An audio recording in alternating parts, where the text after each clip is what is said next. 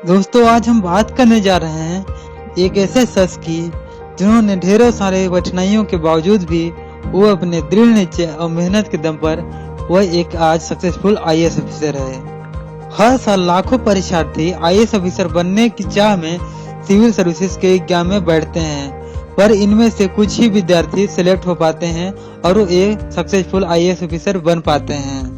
आप अंदाजा लगा सकते हैं कि आईएएस ऑफिसर बीट करना कितना मुश्किल काम है।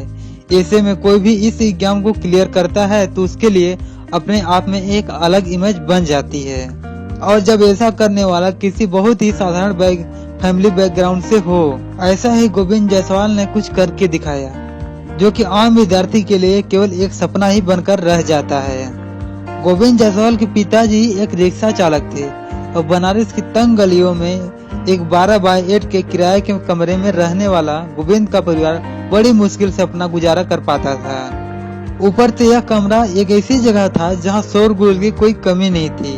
अगल बगल मौजूद फैक्ट्री और जनरेटर के शोर से एक दूसरे से बात करना भी मुश्किल था। नहाने धोने से लेकर खाना पीने तक का सारा काम इसी छोटी सी जगह में गोविंद और गोविंद के परिवार पूरा करते थे। पर ऐसी कठिनाइयों के बाद भी गोविंद ने शुरू से पढ़ाई पर पूरा ध्यान दिया। अपनी पढ़ाई और किताबों का खर्चा निकालने के लिए गोविंद क्लास 8 से ही ट्यूशन पढ़ाते थे। बचपन से एक अशिक्षित माहौल में रहने वाला गोविंद की पढ़ाई लिखाई करने पर लोगों के बहुत ताने सुनने पड़ते थे। चाहे तुम जितना पढ़ लो, चलाना तो रिक्शा ही है। पर गोविंद इन सब के बावजूद भी पढ़ाई में जुटे रहे। गोविंद आसपास के शोर से बचने के लिए वे अपने कानों में हमेशा रूल लगा लेते थे, और वैसे वक्त जब डिस्टर्बिंग ज्यादा होती थी तब मैथ्स लगाते थे। जब कुछ शांति होती तो अन्य सब्जेक्ट पढ़ते थे। रात में पढ़ाई के लिए अक्सर वो मोमबत्ती, डेबरी इत्यादि का सहारा लेना पड़ता था उन्हें, क्योंकि उनके इलाके में 12 से 24 घंटे बिजली कटती रहती थी। गोविंद शुरू से ही स्कूल टॉपर थे और साइंस सब्जेक्ट में काफी तेज भी थे।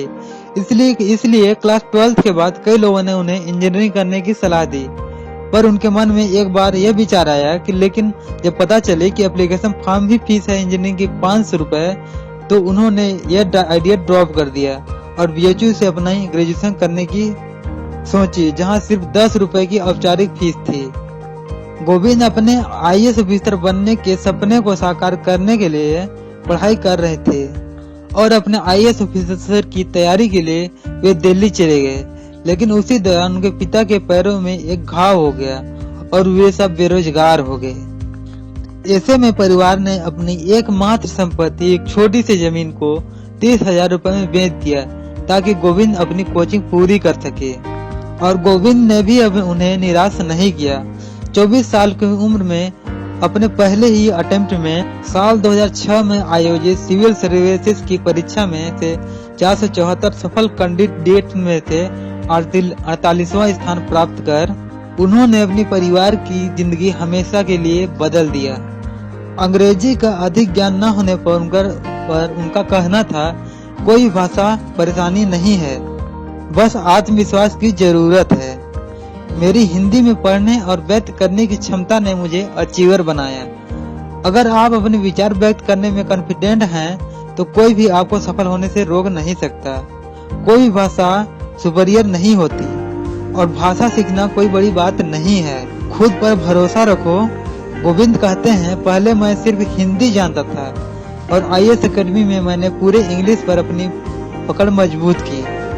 गोविंद जी की यह सफलता दर्शाती है कि कितनी भी अभाव क्यों न हो, यदि हम दृढ़ संकल्प और कड़ी मेहनत से कोई अपने लक्ष्य प्राप्ति में जुड़ जाएं, तो उसे सफलता जरूर मिलती है।